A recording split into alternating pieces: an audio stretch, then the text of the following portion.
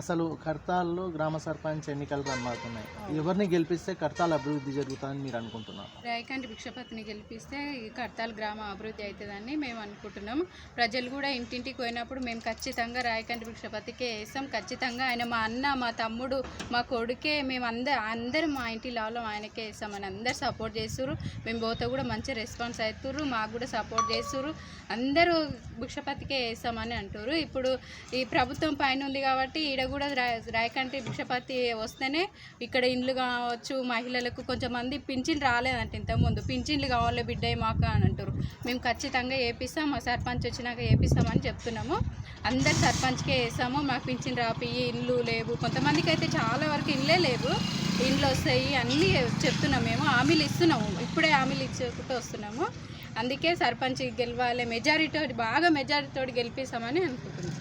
అమ్మ, గత 10 సంవత్సరాల నుంచి బీఆర్ఎస్ పార్టీ కనీసం ఒక రేషన్ కార్డు కూడా ఇవ్వలేదు.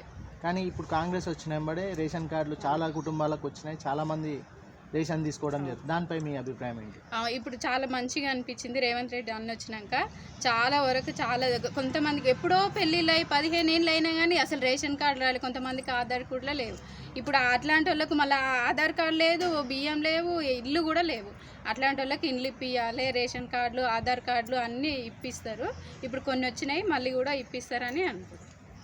అమ్మ, కాంగ్రెస్ పెట్టిన పథకాలలో మీకు నచ్చిన పథకం ఏంటి? మాకు ఫ్రీ బస్సు, మేము అక్కడిక్కడ మా పిల్లలు హాస్టల్లో ఉంటారు, అక్కడిక్కడ ఫ్రీ బస్ పోతుంటాము. మళ్ళీ రైతులకు రుణమాఫీ అయింది కదా, రుణమాఫీ కూడా వచ్చింది మాకు.